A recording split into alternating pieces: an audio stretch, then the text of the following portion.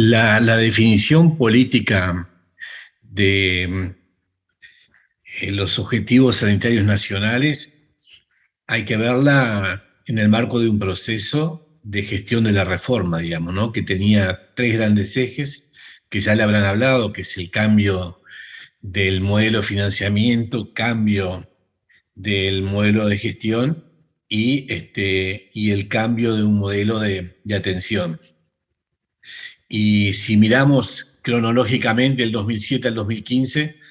aspectos como puede ser el modelo de financiamiento había tenido avances sustanciales con la conformación del FONASA, el cambio del modelo de gestión también, porque se dieron pasos sustantivos, se descentralizó la Administración de Servicios de Salud del Estado, el Ministerio rearmó su estructura de rectoría con la incorporación y el rol de la JUNASA como un instrumento nuevo para la administración del sistema. Se crearon direcciones departamentales de salud que descentralizaron esa estructura del ministerio por todos los departamentos y además la propia conducción política del ministerio consolidó la presencia de la economía de la salud como un ingrediente natural y permanente para la toma de decisiones en la gestión del sistema. Y en ese marco y en ese proceso lo que quedaba por detrás era justamente el cambio de modelo de atención. Y el modelo de atención ya no es un concepto tan estructural, es un concepto mucho más dinámico y no es tampoco una estructura rígida. Y se entendió de que ese modelo de atención que queríamos cambiar, que venía con una historia, una larga historia, digamos, que no era solamente Uruguay, sino de todos los países de la región, muy centrado en los hospitales, todavía con una mirada de mucho peso sobre las enfermedades infecciosas, transmisibles, y que no tenía una lupa muy definida sobre los verdaderos problemas de salud de la población. Entonces, con los objetivos sanitarios nacionales lo que se pensaba era poder afrontar los problemas principales de salud que tenía la población uruguaya. Si lográbamos eso, el modelo tenía que atender esos problemas. Por eso era como el huevo y la gallina, pero se entendió de que si nosotros no definimos estos objetivos, ese modelo iba a ser se iba a desarrollar un proceso deformante, digamos, porque iba a ser en función de impulsos contra impulsos y no sobre una mirada global, sistemática y colectiva de los problemas de salud de la sociedad. Y además había otro ingrediente, y es el hecho de que había mucha información disponible, digamos, que permitía ya a esa altura sistematizar dicha información y sobre esa base poder determinar cuáles son los principales problemas de salud de la población. Y en ese sentido, nosotros sabíamos que además el cambio de modelo de atención no se iba a realizar exclusivamente porque tuviéramos definidos los objetivos sanitarios nacionales, pero sin duda los objetivos iban a contribuir para modelar ese cambio de modelo. Y además también tenía que ver con una maduración del sistema, del desarrollo del sistema,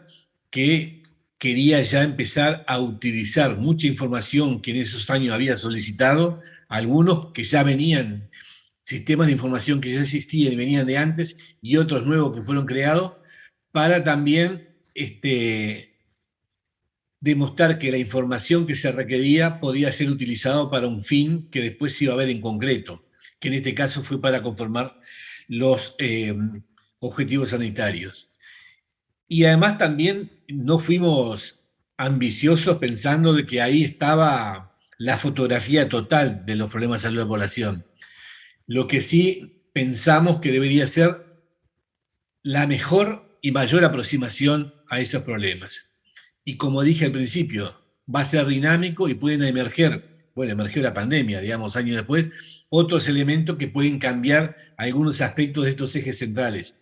pero que la conformación, el por qué defino los objetivos, para resumir, es para que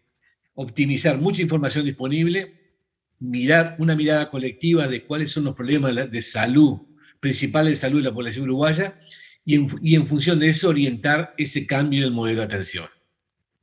Y bueno, y ese fue un poco las directrices políticas que después con los componentes técnicos de las diversas áreas, no solamente del ministerio, sino de todos los actores que participaron, se llegó a los objetivos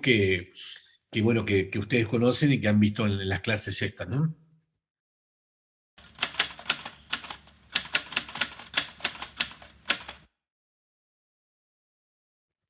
La toma de decisión de que a partir del 2015 trabajar los objetivos sanitarios nacionales, hay que mirarlo también sobre la solidez del proceso de desarrollo de la reforma de la salud, digamos, que legalmente empezó en el 2007, pero que en realidad empezó en el 2005 con, bueno, con todas las instancias que se generaron para llegar en 2007 con la ley de creación del sistema, y que digo esto porque en Uruguay siempre las cosas no se hacen no son cambios que se hacen de blanco a negro, sino que hay una zona de grises, y ustedes deben saber que en ese proceso de construcción de la reforma, en las leyes básicas que la sustentan, se estableció un proceso paulatino. Uno de ellos tenía que ver con el ingreso de diversos colectivos al FONASA, es decir, cuáles iban a ser las poblaciones beneficiadas con este mecanismo de financiamiento de la reforma. Y bueno, y en ese proceso, que fue donde están los niños, los públicos, los maestros, los profesores, se fue dando un proceso que terminó en 2015-2016 con el ingreso de los últimos colectivos que integraban el financiamiento FONASA, que eran los jubilados, y de esa manera teníamos toda la población para la cual el sistema tendría que abocarse a su atención. Y bueno, y eso se daba en ese periodo, y era el momento entonces de que, como lo había dicho en la anterior pregunta, con toda la información disponible, empezar a ver cuáles eran los problemas que tenía esa población que integra el FONASA, esos colectivos que integran el FONASA, para determinar, digamos, las metas asistenciales para lograr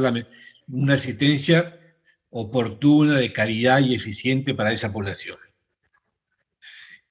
Por eso, eso define lo temporal, digamos. ¿Por qué ahí? Porque ya desde el 2015-2016 no ingresaron más colectivos al FONASA. Ustedes saben de que hay unas poblaciones que no ingresan al FONASA, que es el personal militar, el personal policial y los funcionarios de las intendencias municipales de todos los departamentos, por un tema legal vinculada a la autonomía de las intendencias departamentales. Y bueno, ese es uno de los puntos por los cuales se dijo, bueno, acá hay que arrancar con esto porque ya no van a haber más ingresos de este tipo masivos al Sistema Nacional Integrado de Salud.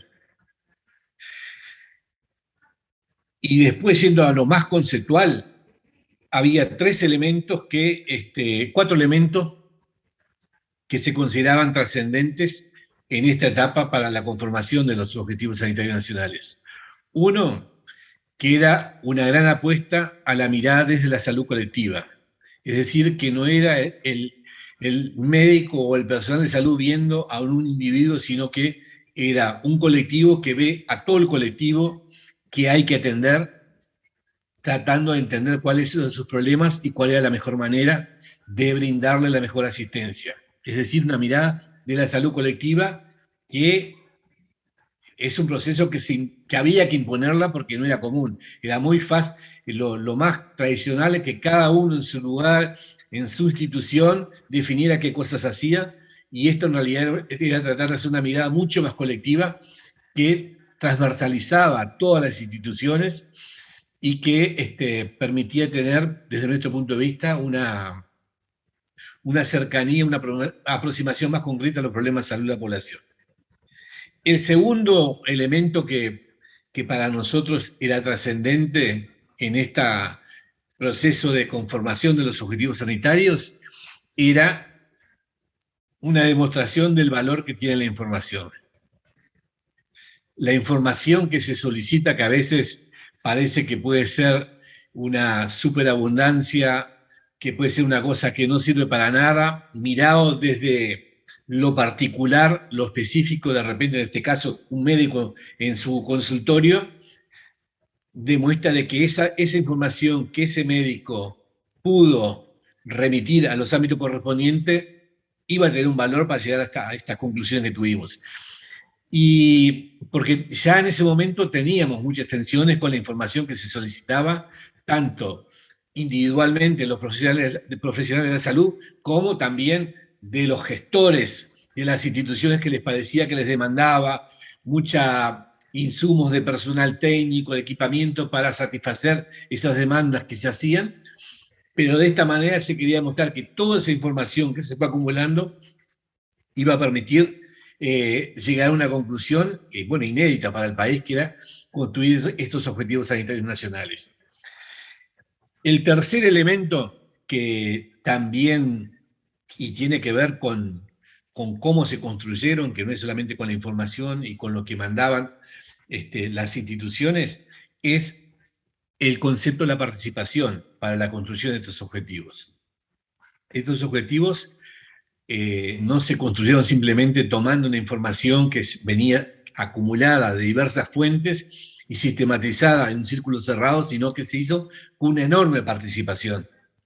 de actores vinculados directas o indirectamente con el sector salud. Desde, ni que hablar, del personal de la salud de todas las categorías, de todos los servicios públicos y privados, con la información que habitualmente y sistemáticamente estaban enviando y recogiendo, sino que también se logró tener información y opinión de la academia, de los usuarios, de los gestores de las diversas instituciones públicas y privadas, que desde su mirada también colectiva, como ven ellos en su conjunto individualmente, también sirvió para la conformación de estos objetivos. Por eso, ese tercer elemento de la participación fue quizás también una de las grandes demostraciones, al igual que la información, el valor que tiene llegar a un patrón común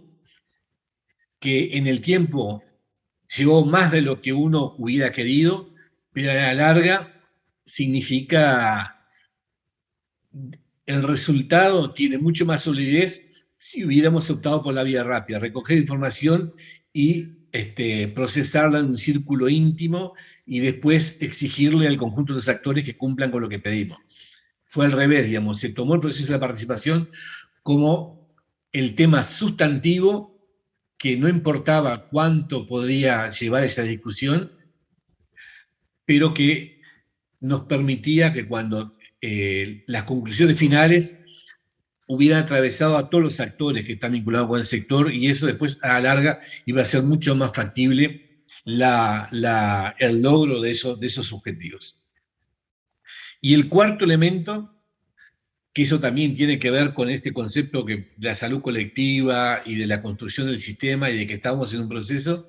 es el valor de la negociación. Si algo es dinámico y tiene sus variantes, sus vaivenes, es el sector salud, y en la construcción de estos objetivos, el concepto de la negociación estuvo sobre la mesa porque nos permitió, digamos, en un diálogo pertinente, oportuno, con todos los actores, y acá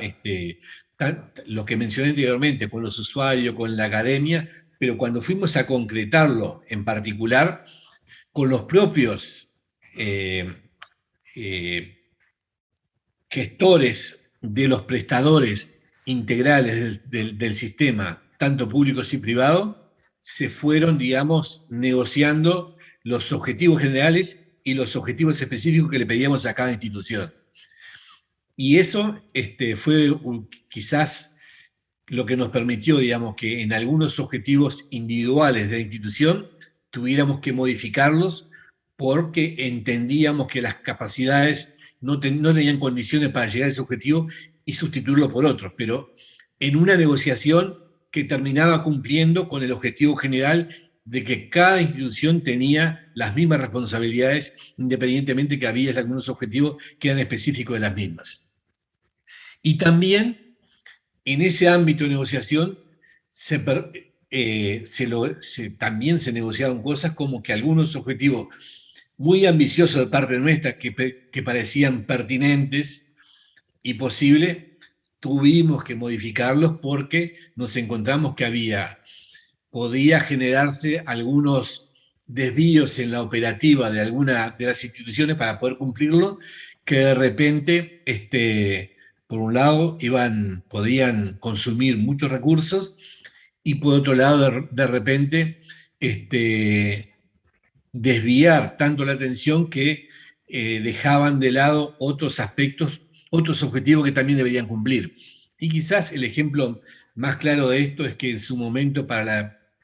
vinculado al tema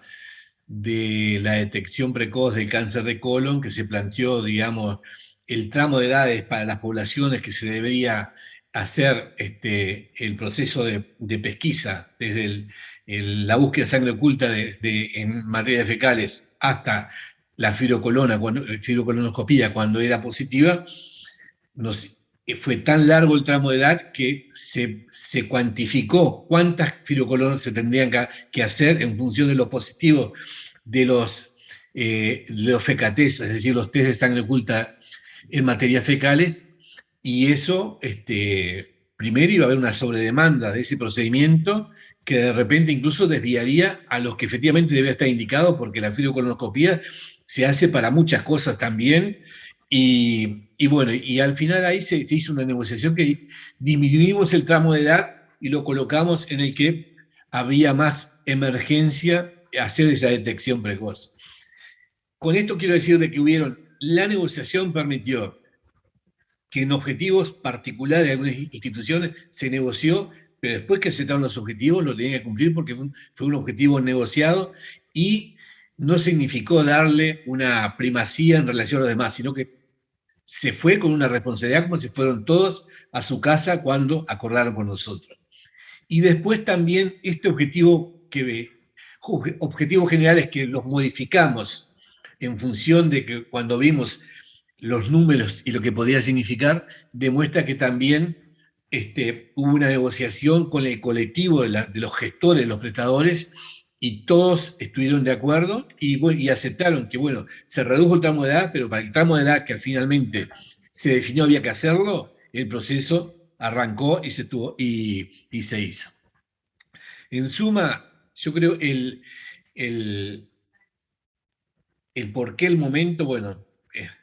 es porque ya no ingresaban más colectivos al sistema. Los jubilados eran los últimos del 2007 al 2015-2016. Y le significó a la autoridad sanitaria procesar 4 grandes herramientas de la salud pública, ¿no? La mirada colectiva, la valoración y el valor de la información en salud, el concepto de la participación para la toma de decisiones en un área tan compleja como esta, y por último, el valor de la negociación para terminar en un acuerdo que después todos se fueron a su casa y sabían que tenían que cumplirlo. Y el ministerio sabía que debería fiscalizar y en función de esa fiscalización